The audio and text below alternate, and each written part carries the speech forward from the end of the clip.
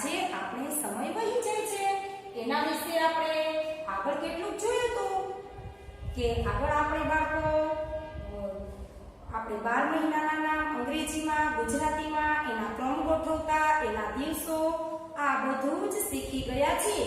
હવે આજે આપણે 1 ઓગસ્ટ માર્ચ ઓગસ્ટ એટલે કે 2019 નું એક કેલેન્ડર જોવાના છીએ।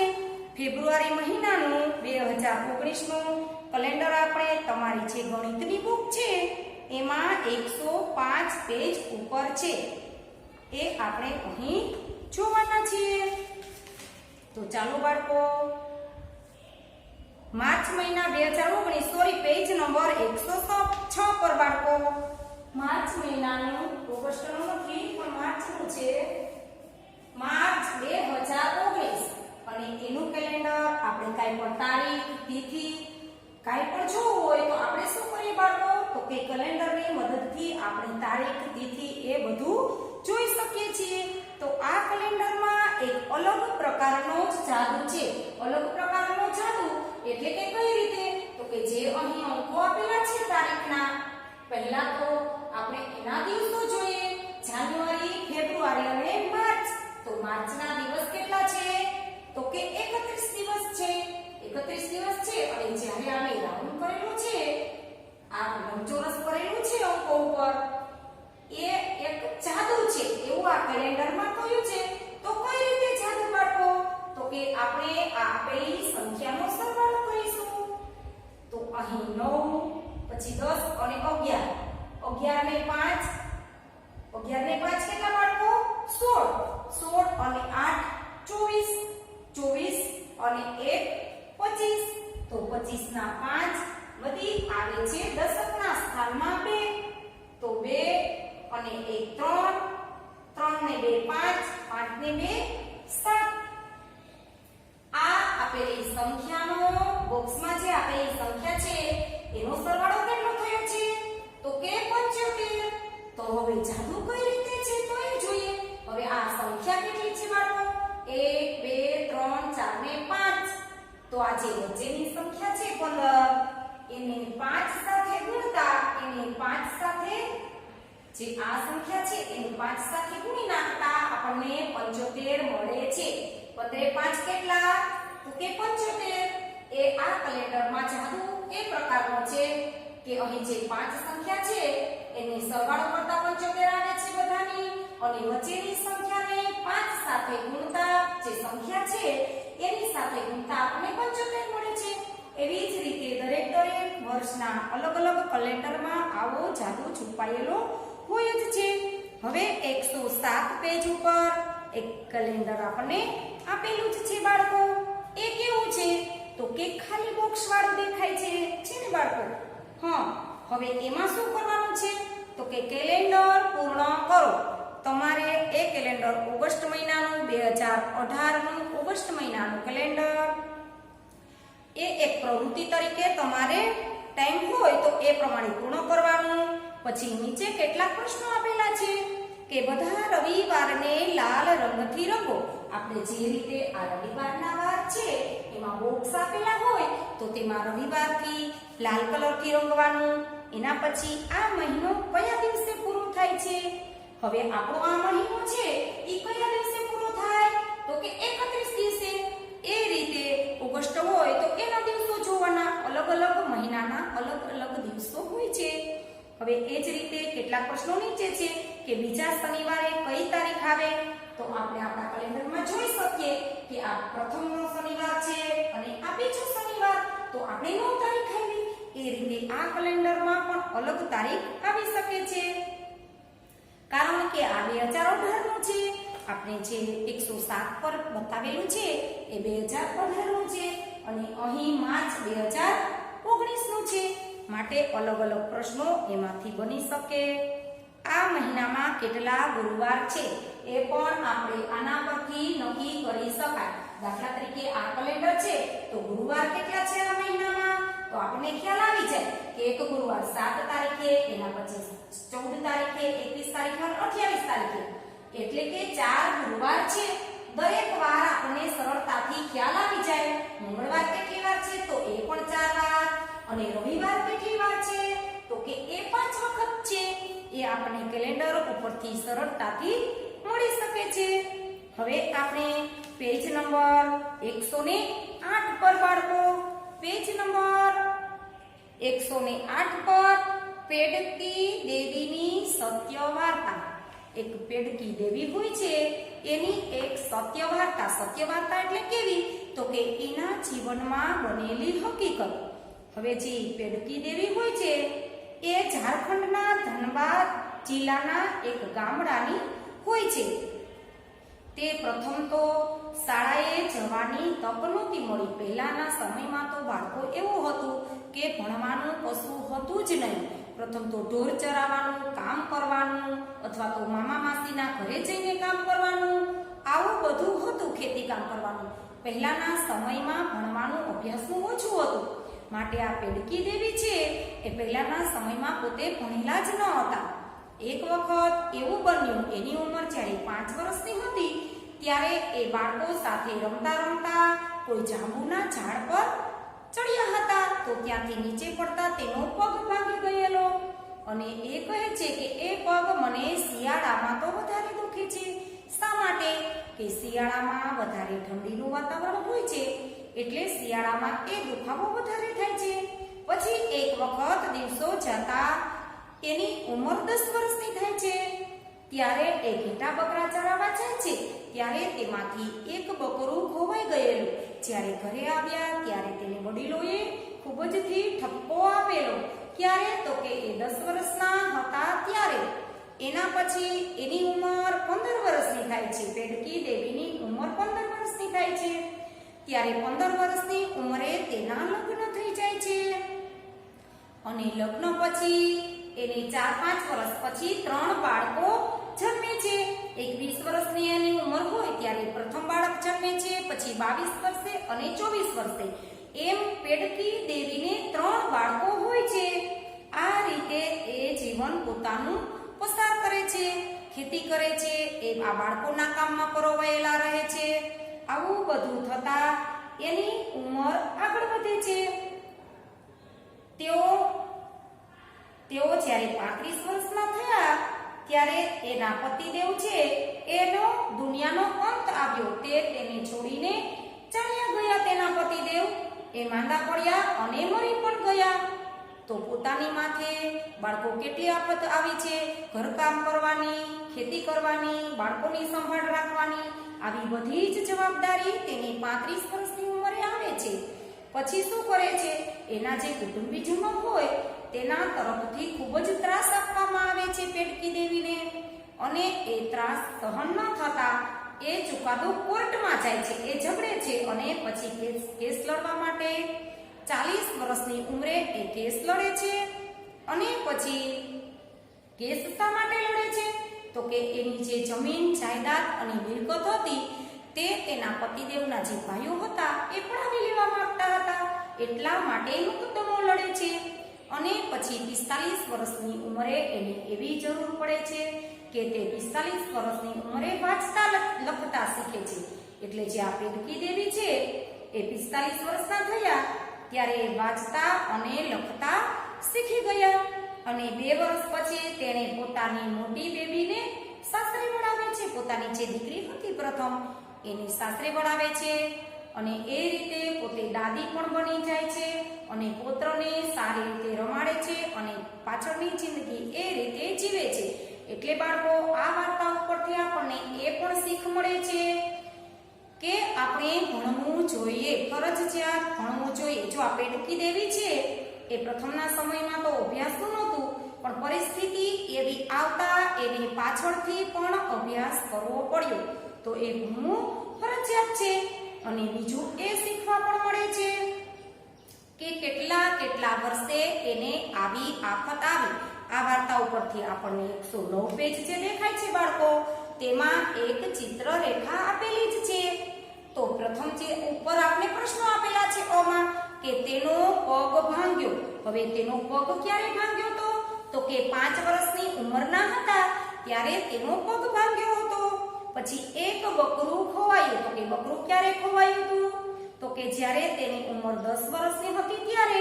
પછી કે લગ્ન થયા. તો લગ્ન ક્યારે થયા હતા બાળકો? તો કે લગ્ન તેની 15 વર્ષની ઉંમરે તેના લગ્ન થયા હતા. પછી તેને ચોથું બાળક હતું. તો કે આપણે વાર્તામાં 3 જ બાળકોની ચર્ચા થઈ છે, એને ચોથું બાળક ન હતું. પછી પ્રથમ વખત પોલીસ સ્ટેશન જોયું. પોલીસ સ્ટેશન એની પ્રથમ વખત ક્યારે જોયું? તો કે એની 40 વર્ષની ઉંમર થઈ ત્યારે પ્રથમ પોલીસ સ્ટેશન જોયું. અને વાંચતા લખતા શીખી. આ પેડકી દેવી છે એ 45 વર્ષે વાંચતા લખતા શીખ્યા. અને પછી તેની જ્યારે વાંચતા લખતા શીખી ગયા પછી એના પછીના 2 વર્ષ પછી તેને સૌથી પોતાની મોટી દીકરીને પરણાવી. એટલે કે 47 વર્ષની ઉંમરે પોતાની દીકરીને પરણાવે છે. અહીં આ પેડકી દેવીની વાર્તા અને કેટલાક પ્રશ્નો 109 પેજ પર આપણે જોયા. હવે આપણે આના પછી જોઈએ બાળકો, આપણે કુસુમની જિંદગીનો એક દિવસ. અહીં આપણે એક કુસુમ નામની છોકરી છે, કુસુમની જિંદગીનો એક દિવસ.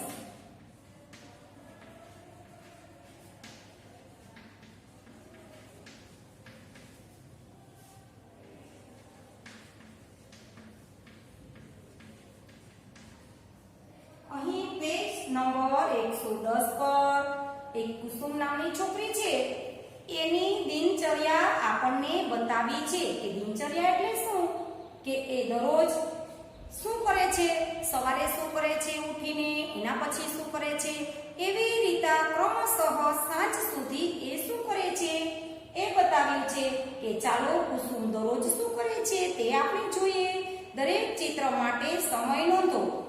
હવે અહીં આપણને કેટલાક ચિત્રો આપેલા છે તો આપણે તેનો સમય નોંધવાનો છે. અહીં ઘડિયાળ ઉપરથી આપણે કેટલાક પ્રશ્નોના જવાબ અને તેનો સમય નોંધીશું.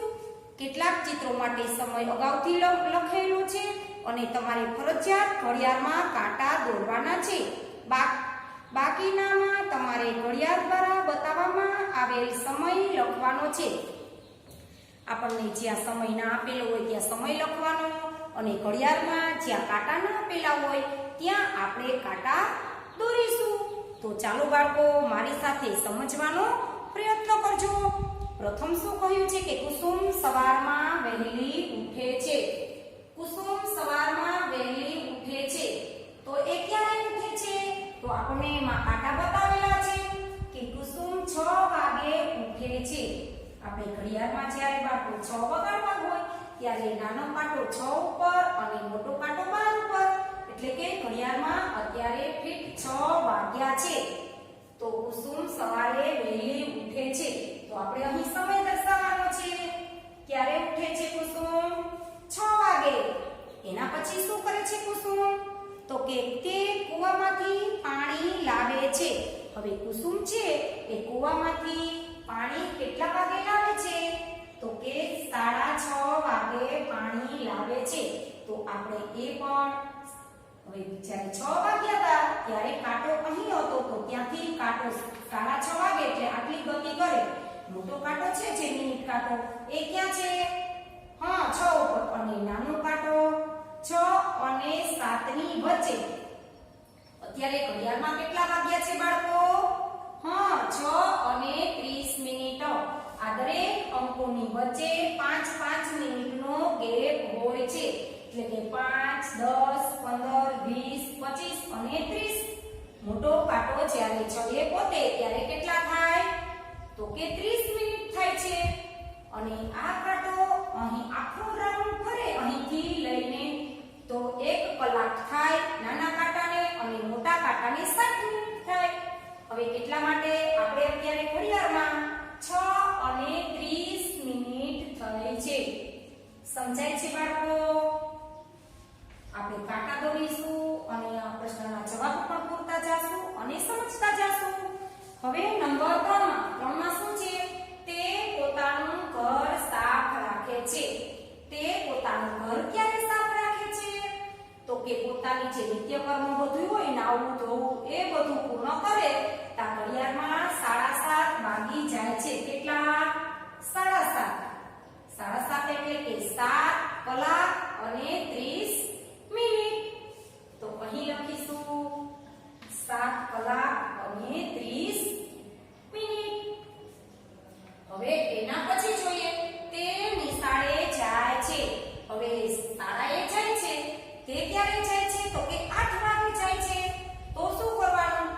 7:30 થી આ જે મોટો કાંટો છે મિનિટ કાંટો એ અહીંથી ગતિ કરે છે, ક્યાં પહોંચે છે તો કે 12 ઉપર, અને નાનો કાંટો છે એ 8 કલાક પર છે કે અત્યારે ઘડિયાળમાં કેટલા વાગ્યા છે બાળકો? હા, વેરી ગુડ, 8 વાગ્યા છે. તે નિશાળે જાય છે કેટલા વાગે તો કે 8 કલાકે. હવે એના પછી જોઈએ તે શાળામાં અભ્યાસ કરે છે. તે શાળામાં અભ્યાસ ક્યારે કરે છે તો ત્યાં જાય, પ્રાર્થના બોલે, આવું બધું કરે ત્યારે 10 વાગી જાય છે, એટલે કે 10 વાગે તે અભ્યાસ કરે છે. કેટલા વાગે અભ્યાસ કરે છે? 10 કલાકે. તો અહીં લખશું 10 કલાક. હવે એના પછી તે શાળામાંથી પરત કરે છે. હવે બધો અભ્યાસક્રમ પૂર્ણ કરે પછી ઘરે આવે. ક્યારે આવે છે તો કે 1 કલાકે. તો અહીં કાંટો 1 ઉપર રાખીશું અને મોટો કાંટો છે એ તો 12 પર જ રહે છે, એટલે કે 1 કલાકે ઘરે આવે છે. અહીં આપણે એક સમય બતાવીશું. હવે એના પછી તે બપોરનું ભોજન તેના ભાઈ અને દાદી સાથે લે છે. હવે 1 વાગે આવે છે, પછી ફ્રેશ થઈ અને જમવા બેસે છે. તો ઘડિયાળમાં કેટલા વાગે છે તો કે 2 વાગી જાય છે. કેટલા?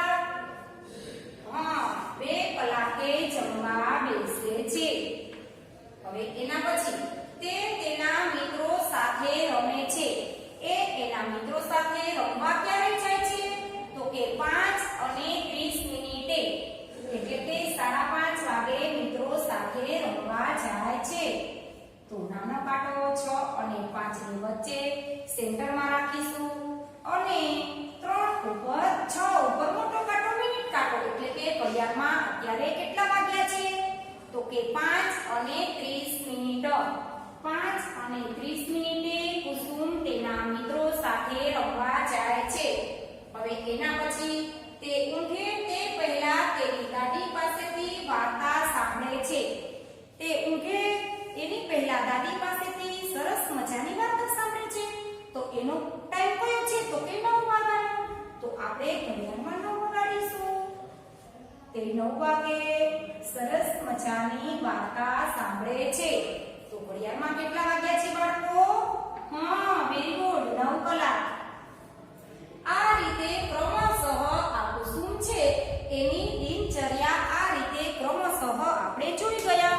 110 પેજ અને 111 પેજ પર એની દિનચર્યા જોઈ. બાળકો તમે પણ તમારી દિનચર્યા આ રીતે બનાવી શકો છો.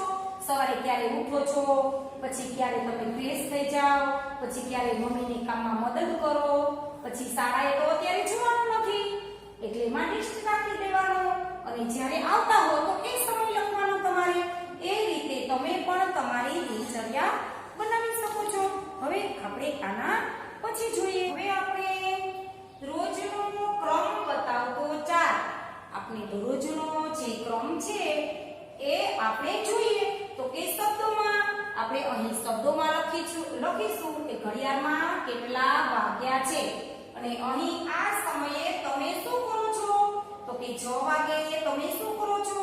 પછીની જે ઘડિયાળ છે પિંક કલરમાં એમાં ઘડિયાળમાં કેટલા થયા છે તો કે 6:30 વાગ્યા છે. આપણે 7:30 વગાડવાના છે. કેટલા તો કે 7:30 વાગે છે. એના પછી ઘડિયાળમાં 5 વાગ્યા છે અને પછી 9 વાગ્યા છે. તો દરેક સમયે આપણે શું શું કરીએ છીએ એ જોઈએ. તો શબ્દોમાં સવારના 6 કલાકે અહીં આપણે લખીશું.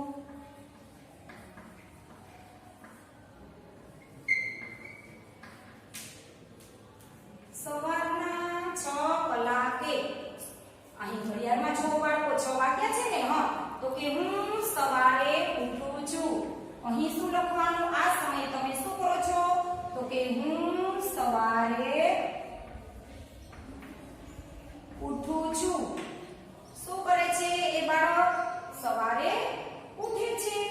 એના પછી ઘડિયાળમાં કેટલા વાગે છે તો કે 7:30 વાગે છે. 7:30 વાગે શું કરે છે? સવારના 7:30 કલાકે. હવે 7:30 સવારના 7:30 કલાકે શું કરે છે? તો કે હું સવારે નાસ્તો કરું છું.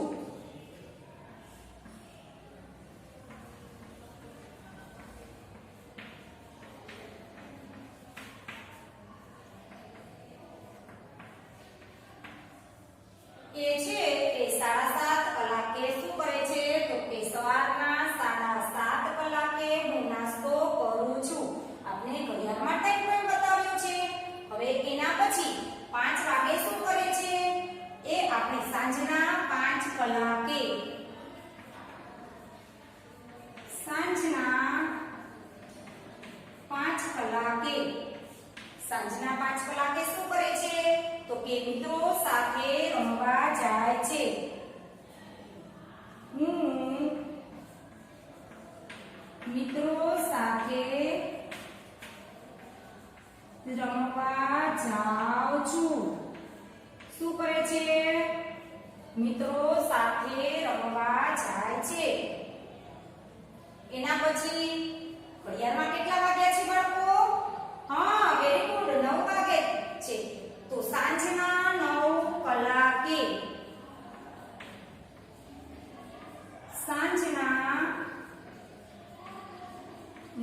કલાકે તે શું કરે છે? તો કે ઊંઘી જાય છે. અથવા તો શું કરે છે? કોઈ હોમવર્ક હોય તો પોતાનું ગૃહ કાર્ય પોતે કરે છે.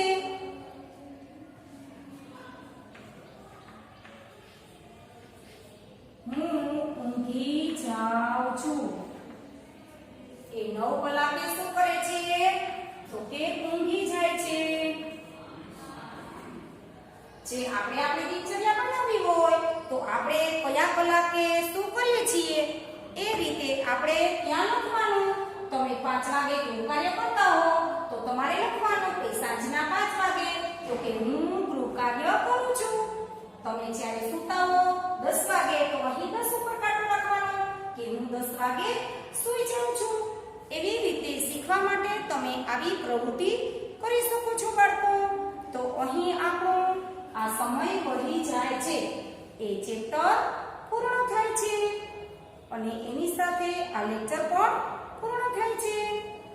હવે આગળનો લેક્ચર આપણે આવતા અભ્યાસમાં જોશું. ત્યાં સુધી આવજો. જય મહાદેવ.